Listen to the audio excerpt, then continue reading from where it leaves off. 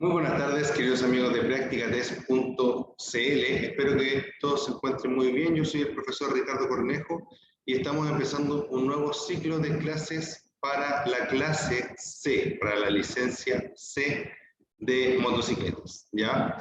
Y este ciclo empieza con el tema número 2, que habla del funcionamiento de la motocicleta, ¿ya? Acá vamos a hablar a grandes rasgos de cuáles son los controles de la moto, cómo son los frenos, el embrague, el motor, etc. ¿Ya? Entonces se dice que el tema 2 es funcionamiento de la motocicleta y dice que en esta unidad vamos a conocer el funcionamiento de una motocicleta en su interior, hablando del motor, el chasis y el resto de sistemas que la hacen funcionar. También trataremos cómo realizar un buen mantenimiento de ruedas, neumáticos, frenos y espejos y cómo las fuerzas físicas inciden a la hora de manejar una motocicleta, ¿ya? Muy importante.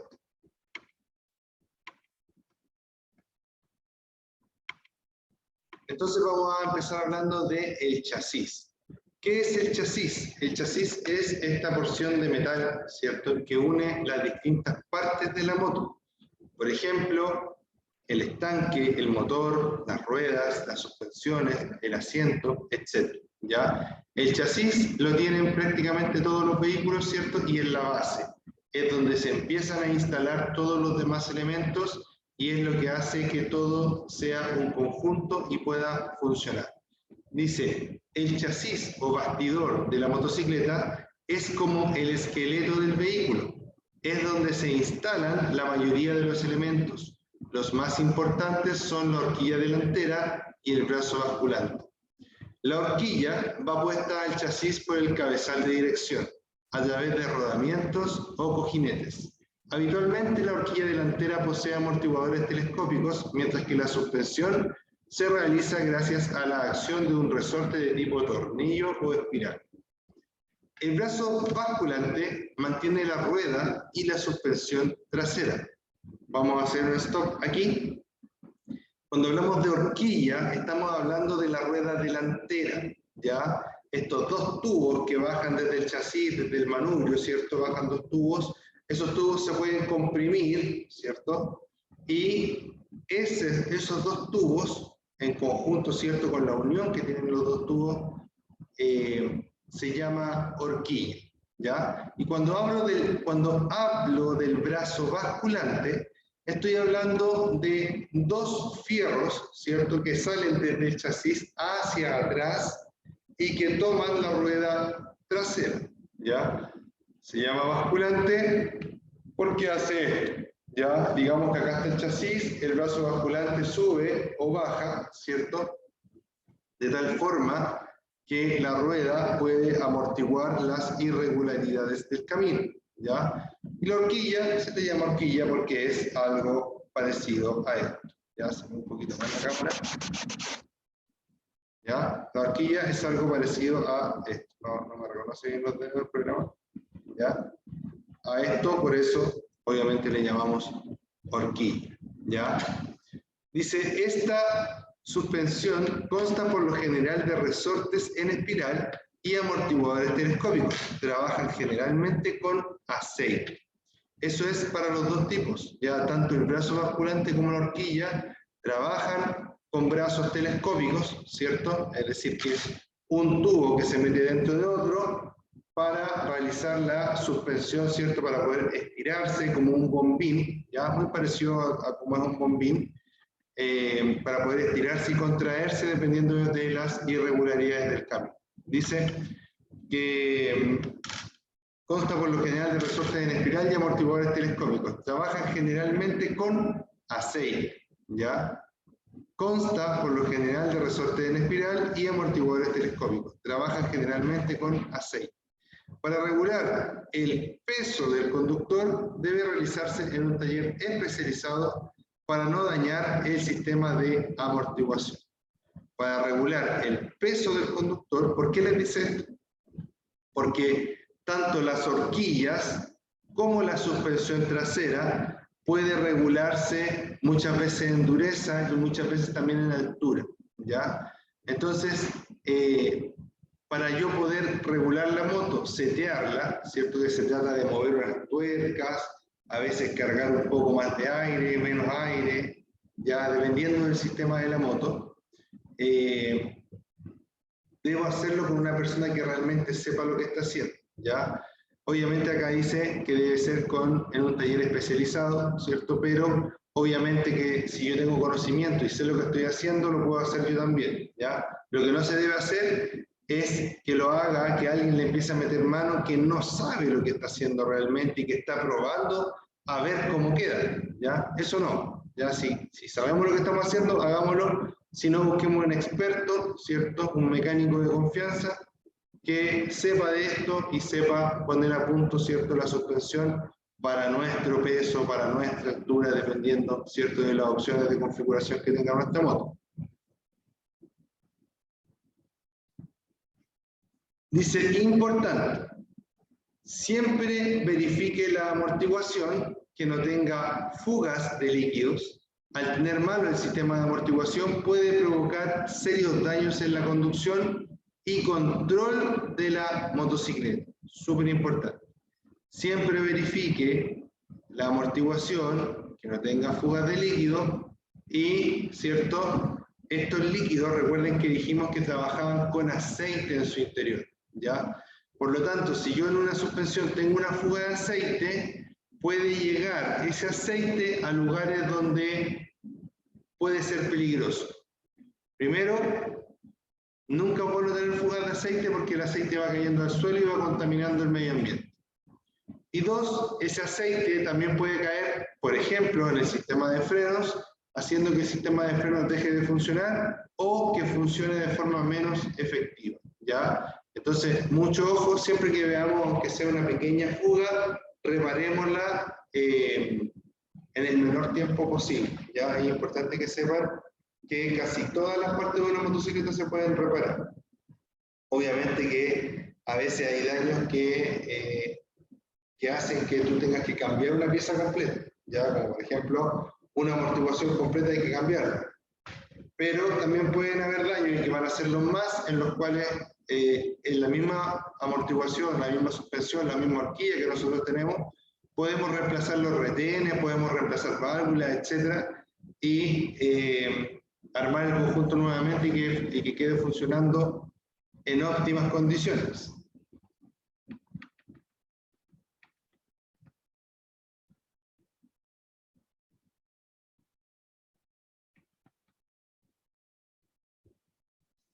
En ese videito, ¿cierto?, aparecen varios tipos de chasis, ¿ya? Así que véanlo, está bastante bueno, bastante explicativo, ¿ya?, de los diferentes tipos de chasis que podemos encontrar en la motocicleta.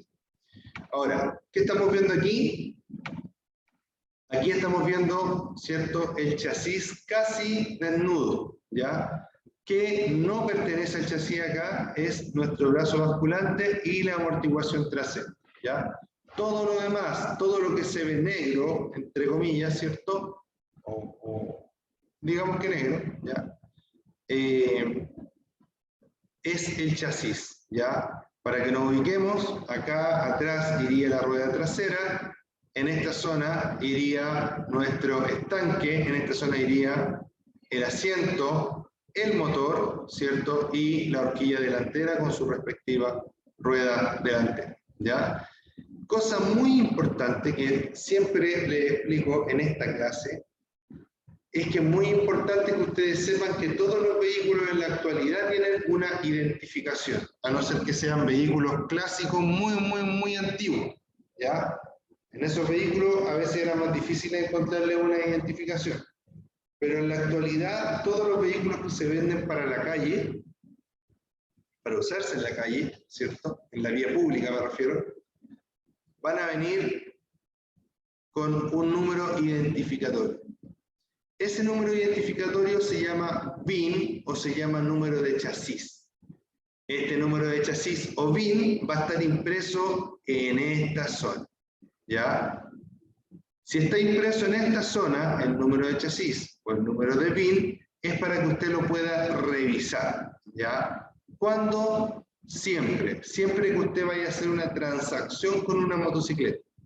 cuando usted principalmente vaya a comprar. Obviamente cuando vaya a vender también, pero supone que usted ya revisó el número de chasis cuando está vendiendo, ¿ya? Es muy importante, mucha gente no lo sabe, mucha gente lo sabe y no lo toma en consideración, no lo toma en cuenta, y ahí es cuando pasan las estafas, ¿cierto? Y nos metemos en problemas. ¿Por qué? Imaginemos que nos vamos a comprar una moto, ¿cierto? Y compramos todo legal, hacemos transferencia, todo, y luego nos damos cuenta después que compramos la moto, que el número de chasis que aparece aquí no es el mismo número de chasis que me vendieron con los papeles, ¿ya? Entonces ahí ya estoy en un problema porque yo ya compré la moto, ¿ya? Siempre que yo voy a comprar una moto, sea nueva o sea usada, corroboren que los números de chasis correspondan a la documentación que le están entregando y obviamente a las patentes que le están entregando. ¿Por qué le digo nueva o usada? Ustedes podrían decir, oye, pero si está nueva, ¿cómo va a estar mal? Puede que no sea algo voluntario, ya puede que no sea el vendedor que haya querido venderte el chasis cambiado, si es nuevo, ¿ya? No, pero puede ser que en la sala de venta haya alguna confusión, que justo te controlen los carabineros y se den cuenta que los chasis no concuerdan y tu hermosa moto nueva se va a ir, ¿cierto?, a aparcadero, ¿ya? Entonces, mejor evitar ese tipo de problemas, y si estamos recibiendo una moto nueva, revisemos que lo que dice en la factura o en los documentos de la moto sea lo mismo que dice en nuestro chasis de forma física. Cuando compramos una moto usada, ¿cierto? Compremos la moto, ¿cierto?, de tal forma que también nosotros revisemos nuestro número de chasis. Revisamos el número de chasis, ¿cierto? Y con esta sencilla revisión nos vamos a dar cuenta de que lo que me están ofreciendo en los papeles, ¿cierto?, es lo que yo me estoy llevando. Otra cosa importante es que yo puedo revisar el número de chasis en una página que tiene Carabineros de Chile. Ya busquen número de chasis o comprobación del número de chasis Carabineros de Chile, les va a aparecer una página en la que yo meto todo el número de chasis del vehículo que estoy comprando y me dice si es que tienen cargo por robo, ¿ya? Entonces, mucho ojo con eso, ¿ya? Es muy fácil meterse en algún tipo de problema y difícil salir, ¿ya? Por eso siempre que ustedes vayan a comprar un vehículo, si es una moto con mayor razón, en realidad todos los vehículos deben revisarlo, pero la moto es muy fácil revisarla porque el número de chasis en casi todas las motos está en ese mismo lugar, o por lo menos en las motos que yo he visto siempre está en ese mismo lugar, y podemos comprobar si es que ese número de chasis corresponde con la documentación que nos están entregando. Otra cosa para alertarme, es que el número de chasis concuerde, ¿cierto?, en la parte física con los papeles, pero que el número de chasis en la parte física, propiamente en el estampado del chasis, ¿cierto?, esté puesto de forma irregular, o que ustedes vieron que gastaron una parte, que le hicieron números encima, que los números están medio chuecos, ¿ya? Pero que un número está más arriba y otro está más abajo, ¿ya? Eso es súper raro. ¿Por qué? Porque los números de chasis en las motocicletas y en los vehículos en la actualidad los hace una máquina, como una especie de impresora de acero, por decirlo así, ¿ya? Entonces no van a estar chuecos, ¿ya? Se tienen que ver como si estuvieran hechos de fábrica, de forma muy pulcra, digamos, ¿ya? Entonces, ahí tienen varios indicadores que pueden utilizar al momento de la compra de una moto nueva o usada, ¿ya?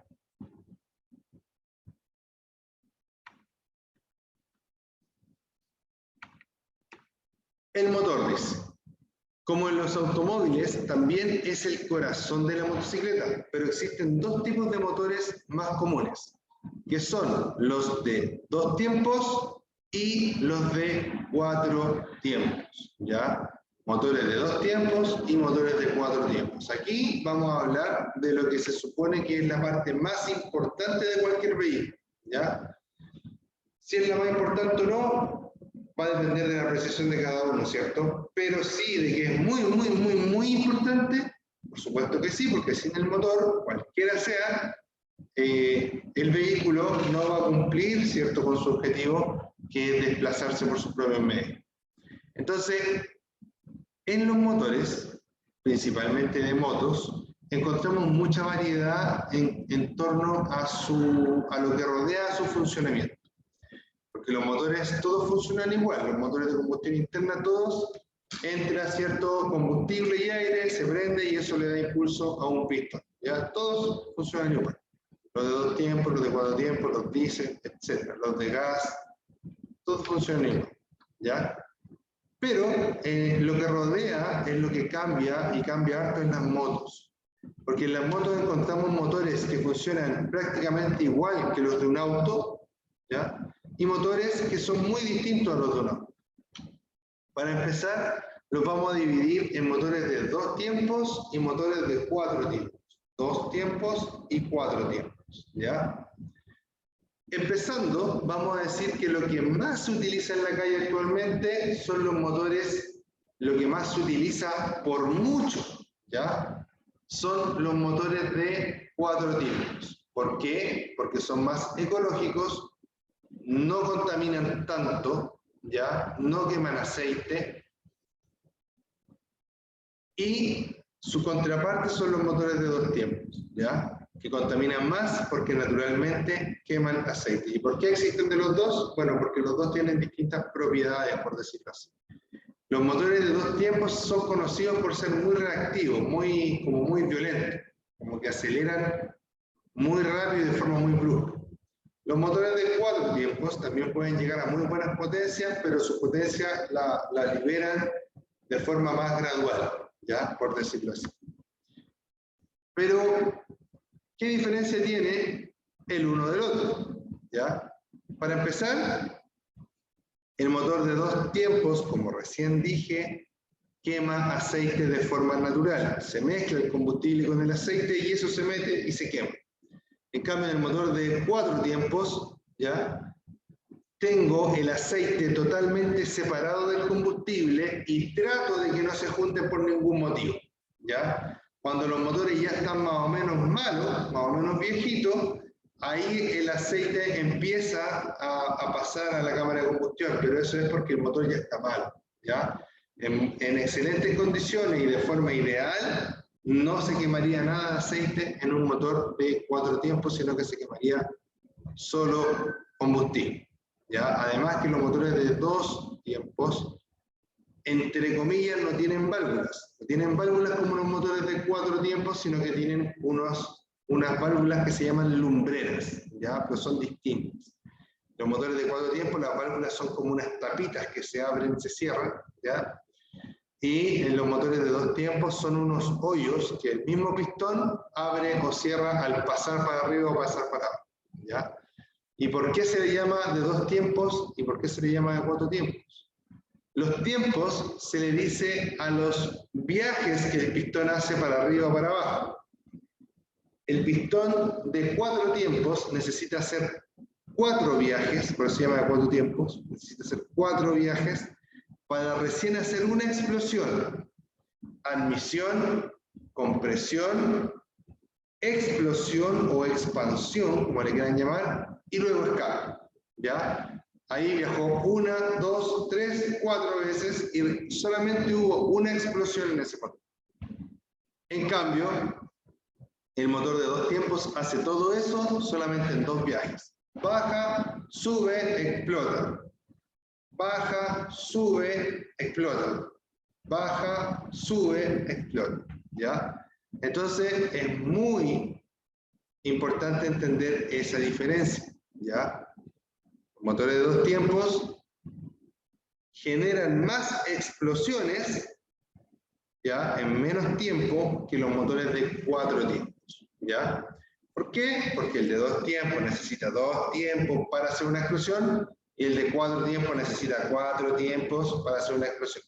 Y los tiempos son los viajes del pistón, sea para arriba o sea para abajo, ¿ya? ¿Existen automóviles con vehículos con motores de 2 tiempos? Claro que sí, existen automóviles con motores de 2 tiempos. pero principalmente son automóviles muy, muy, muy antiguos y muy, muy, muy pequeños también, ¿ya?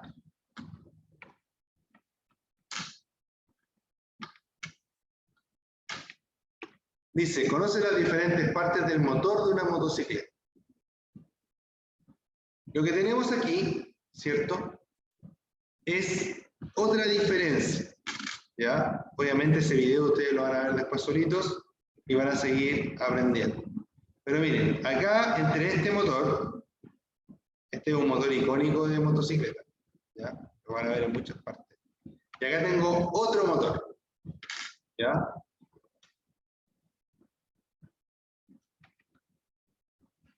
Este motor que está acá tiene estas ranuras, ¿ya? Entre comillas ranuras, en realidad son aletas, ¿ya?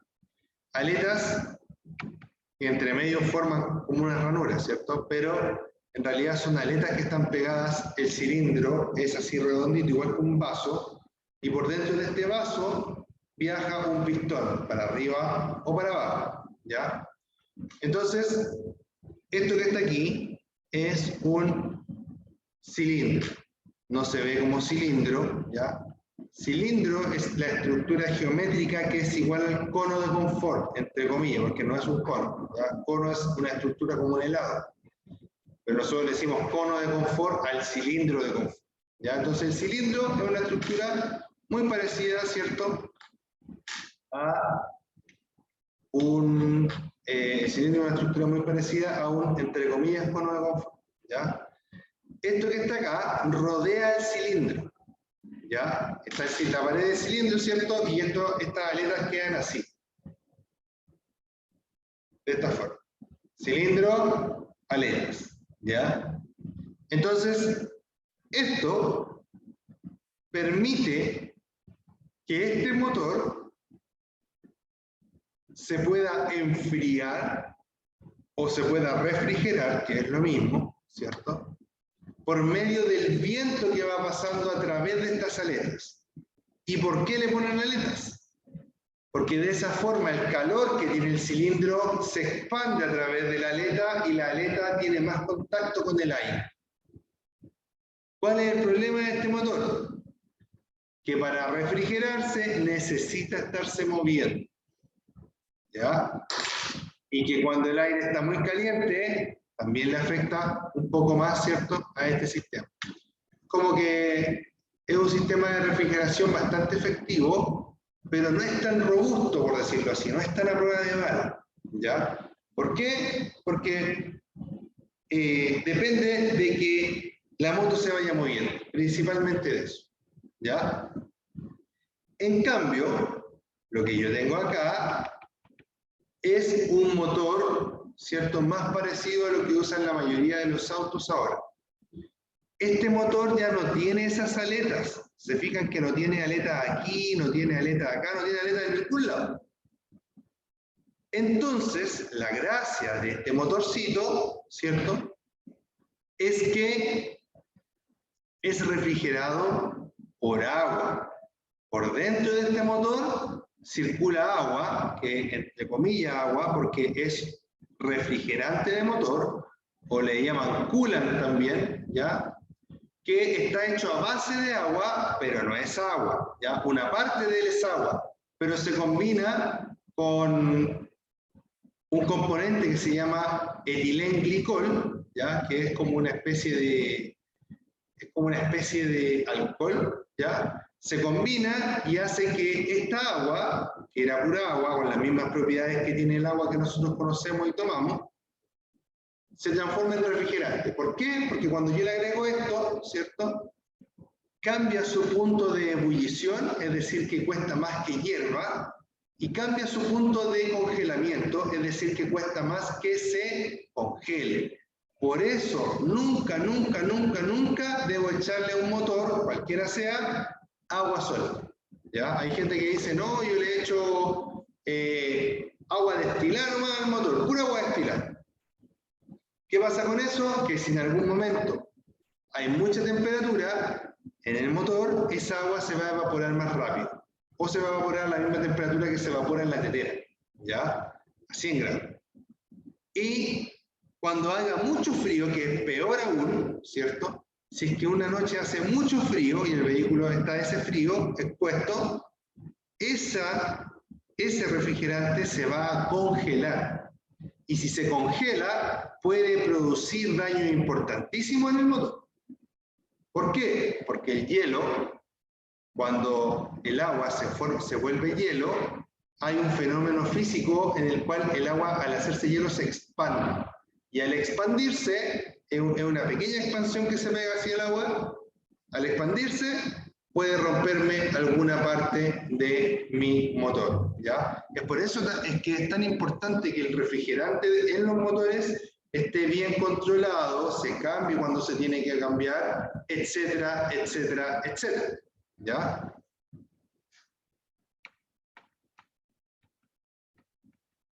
Ahora pasamos a hablar del sistema de lubricación. ¿Qué es el sistema de lubricación?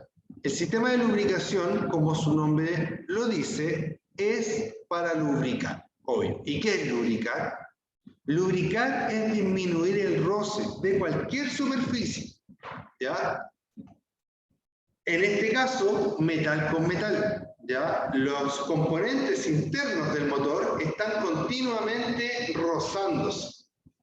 Al estarse rozando, aunque el motor, cuando yo lo miro, las partes del motor las miro, se ven muy, muy lisas. Si yo la mirara en un microscopio, me voy a dar cuenta que en realidad esas partes son rugosas.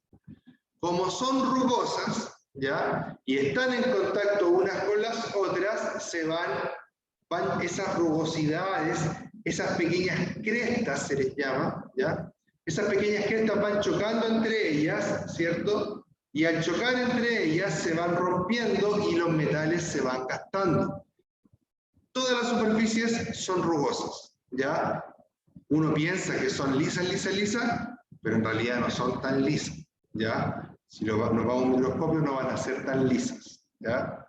Lo mismo que muchas veces pensamos que cuando saquemos el cigüeñal va a estar súper, súper, súper brillante, y nos encontramos que en realidad igual tiene como una rayita, ¿ya? Y mientras se sienta suave al tacto, lo más probable es que esté relativamente bien, ¿ya? ¿Cuál es el problema? Cuando se siente áspero al tacto, ¿ya? Ahí ya es probable que el cigüeñal esté pero medio muerto, ¿ya? Entonces es muy importante entender que la lubricación es la pila de nuestro motor. Y debemos tomar en consideración, sobre todo cuando tenemos motos relativamente chicas, en que nuestros motores usan 1 o 2 litros de aceite. Es bastante poco, ¿ya? Por ende, podemos invertir y comprar un aceite que sea relativamente bueno.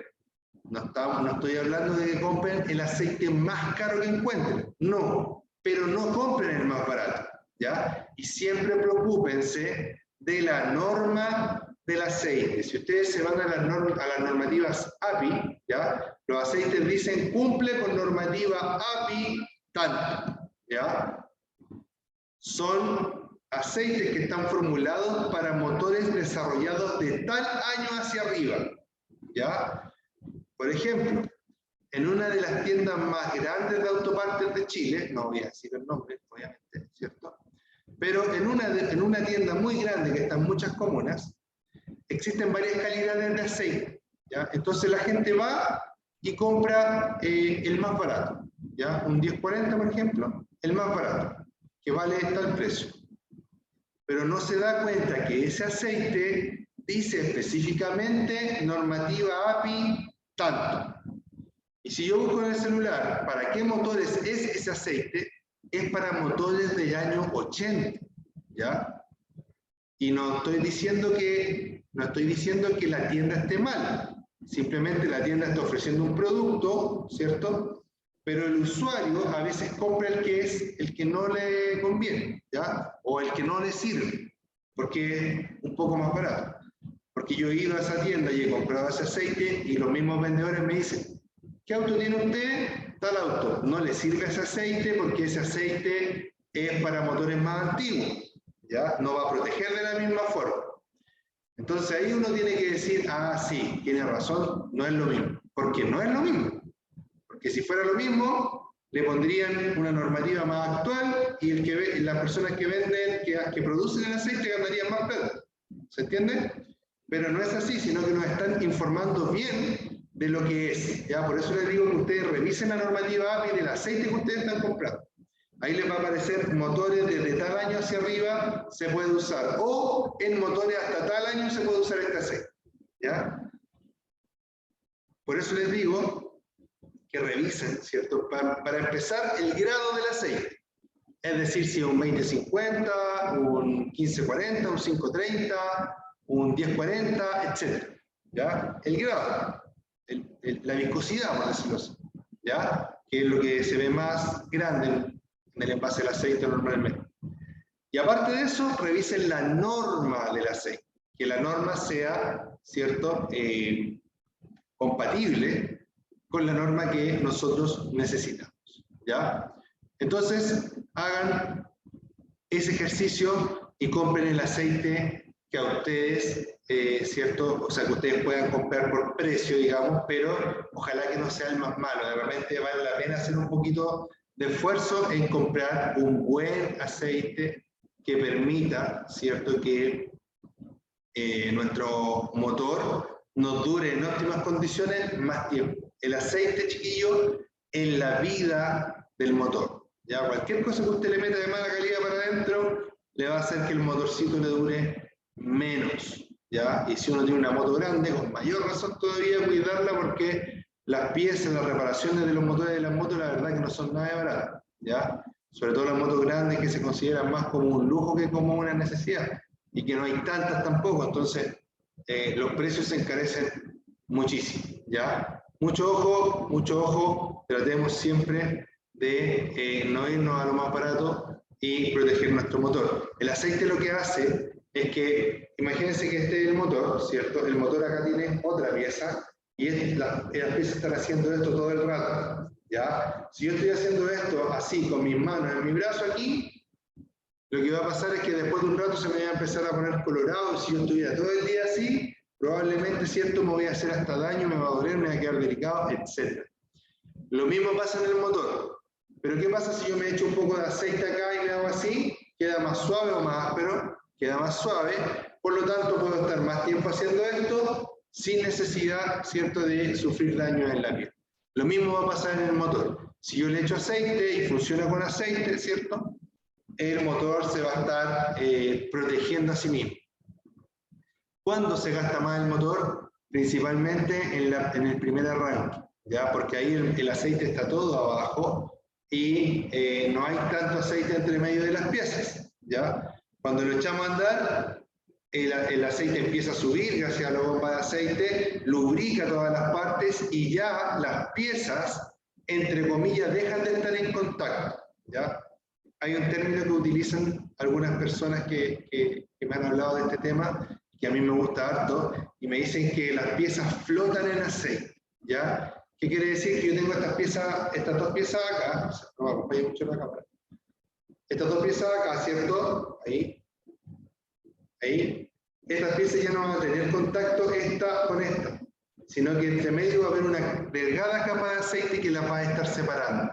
Entonces las piezas están flotando, entre comillas, en aceite, ¿ya? Por eso es tan importante que ustedes usen el aceite indicado, adecuado para su motor y que ojalá sea un aceite de buena calidad, ¿ya? Recuerden, normativa API, ya principalmente API S, ¿cierto?, para motores de motocicleta. Ya por ahí pueden haber otras normativas también, obviamente, ¿cierto?, más específicas quizás para motos, pero por lo menos esa es la base, ¿ya?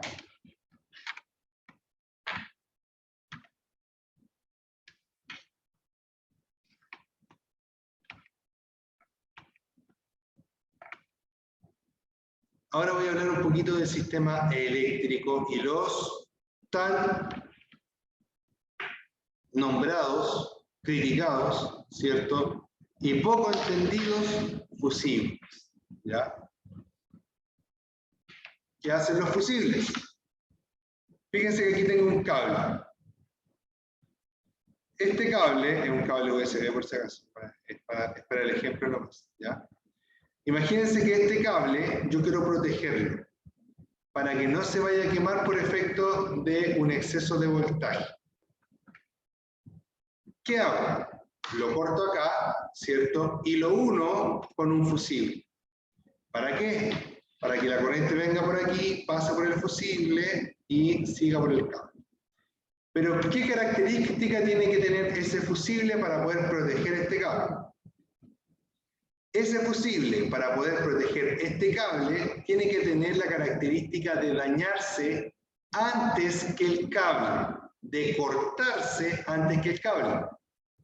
Entonces yo aquí, por ejemplo, imagínense que este cable se quema a los 20 amperes. A los 20 amperes que pasan por aquí, sufre daño. ¿Qué voy a hacer yo para ser súper precavido? Solamente le voy a dejar un fusible de 10 amperes. Porque yo lo que quiero alimentar con el cable es de 8 amperes, por ejemplo. ¿Ya? Entonces va a pasar por aquí el fusible, ¿cierto? Y en caso de que haya un cortocircuito, algo así, lo que pasa cuando hay un cortocircuito es que pasa toda la corriente de uno. ¿Ya? Es como que pasara toda la energía que hay en la batería de forma inmediata por el cable. ¿Ya? Obviamente es una forma de explicarlo. Entonces, lo que va a pasar es que como van a pasar más amperes, de 10 amperes por aquí, se va a romper nuestro fusible de 10 amperes. Y por ende, se va a cortar el suministro de energía y por ende, el cable no va a sufrir daños. ¿Ya? ¿Qué voy a hacer yo? Voy y le voy a poner otro fusible de 10 amperes. Es probable que el fusible lo ponga y el sistema se restablezca y funcione normal. ¿Ya? O es probable que yo ponga el fusible y se vuelva a quemar. ¿Por qué puede suceder esto? Si se vuelve a quemar es porque se juntó un cable positivo con uno negativo y quedaron pegados. ¿Ya? ¿Y qué voy a hacer yo? Tengo que buscar dónde está ese problema, separar los cables, ponerles, por ejemplo, aislante, wincha adhesiva, wincha aisladora, se llama normalmente, ¿cierto? O winchiladora, como le decían antes. ¿Ya? Esa wincha aisladora va a hacer que los cables ya no estén en contacto y cuando yo vuelva a poner otro fusible de 10 amperes, se va a ver eliminado el problema. Y en el segundo caso que les di, que en el caso que se hubiera quemado el primer fusible, pongo otro y funciona perfecto, se debe, ¿cierto?, a que probablemente en algún momento, por ejemplo, pasé por un hoyo, en la moto, un hoyo grande, ¿cierto?, que la moto se pegó un sacudón más o menos, se juntó un positivo con un negativo, ¡tac!, quemaron el fusible y se separaron. ¿Ya? Entonces yo ahí reemplazo el fusible y la moto sigue andando normal. Ni un problema. Y ahí, de hecho, es difícil saber dónde puede haber sido. ¿Ya? Así que yo, por lo menos, cuando me pasa eso, en ese caso no me preocupo mucho. Le muevo un poquito los cables a ver si vuelve a pasar. Pero si ya se solucionó solo, lo dejo ahí. Muchas veces lo he dejado ahí y nunca más se me ha quemado el fusible. ¿Ya? Me ha pasado a mí, como les digo, en experiencia personal, pero lo que ustedes nunca, y grábenselo en la cabeza, por favor, nunca deben hacer es reemplazar el fusible que corresponde por un fusible más grande, de mayor capacidad, de mayor amperaje, o reemplazarlo solamente con un cable. ¿Por qué? Porque lo que va a pasar ahí es que cuando suceda un cortocircuito, se va a recalentar todo el sistema y como no hay ningún elemento que se pueda cortar fácil antes de que se sobrecaliente y se incendie el sistema, se va a pasar eso, se va a incendiar, se va a sobrecalentar y usted puede inclusive perder su moto completa.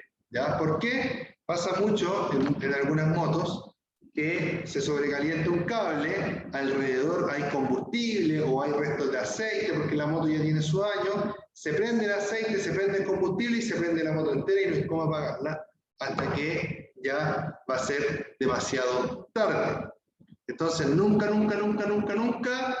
cambiar los fusibles por uno que no sea el que estrictamente corresponde a esa zona.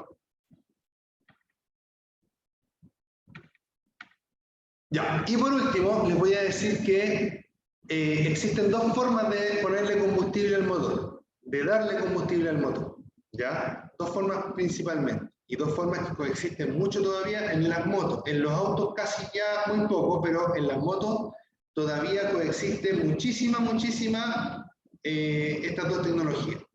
Uno es tecnología antiguísima que se llama carburador, probablemente lo han escuchado hablar por ahí. Y el otro, ¿cierto? La otra tecnología que es más nueva, que probablemente también han escuchado, se llama inyección electrónica, ¿ya? En la actualidad, no sé, realmente no sé si todas, ¿ya? Pero la inmensa mayoría de las motos que se venden son con inyección electrónica, y por eso que de un momento a otro, aparte de la inflación, aparte de la pandemia, por eso que de un momento a otro pasamos de tener motos de 800 lucas a tener motos ya de 2 millones y que no hay muchas alternativas, ¿ya? ¿Por qué? Porque ahora la mayoría de las motos traen inyección electrónica, y eso es excelente. ¿Por qué? Porque la inyección electrónica reemplaza totalmente al carburador y funciona muchísimo mejor. La única diferencia es que la inyección electrónica, para repararla, hay que tener un cierto conocimiento, ¿ya? En cambio, el carburador, simplemente yo podría desarmar el carburador completo, contar las vueltas de los pernitos, limpiarlo completo por dentro y después armarlo exactamente de la misma manera, y puede ser que me funcione bien, ¿ya? Es como 100% mecánico el carburador. En cambio acá yo tengo electrónica, tengo que saber de valores, ocupar instrumentos de medición, etc. Pero en lo cotidiano del motociclista, la inyección electrónica va a ser mucho mejor que el carburador, porque va a ofrecer mejor potencia, va a contaminar menos, ¿ya? Y va a tener un mejor consumo de combustible en cualquier condición. El carburador puede funcionar muy bien, pero si yo, por ejemplo, subo a la cordillera, la carburación que yo tenía, imaginemos que vivo en la playa, la carburación que me funciona bien en la playa no funciona igual cuando estoy en la cordillera. ¿Por qué? Porque hay distintas presiones atmosféricas y eso afecta al carburador, porque el carburador no tiene la facultad de poder adaptarse. En cambio, la inyección electrónica tiene la facultad de poder adaptarse así a los cambios de presión. Agrega un poco más de combustible, quita un poco más de combustible, etc. ¿Ya? Es por eso que los vehículos modernos ya prácticamente no se apunan, o por lo menos no se apunan como antes. ¿Ya? Con cualquier vehículo podemos cruzar la cordillera ahora, quizás más lento sí, pero de que cruzan todos los vehículos con inyección electrónica, cruzan por lo menos la inmensa mayoría. ¿Ya? Eso es, amigos, por el día de hoy. Recuerden que yo soy el profe Ricardo Cornejo, clase C, para practicatest.cl. Nos estamos viendo muy pronto. Espero que les haya gustado esta clase. A mí me gustó mucho, debe ser porque la hice yo, pero bueno, eso. Se entrega lo que mejor se puede. Si tienen sugerencias o cualquier cosa, déjenla en nuestras redes, ¿cierto? Y estaremos viendo cómo poder mejorar, ¿cierto? Cualquier cosa que consideren que no esté tan bien. Les mando un abrazo, cuídense mucho, nos vemos, chao, chao.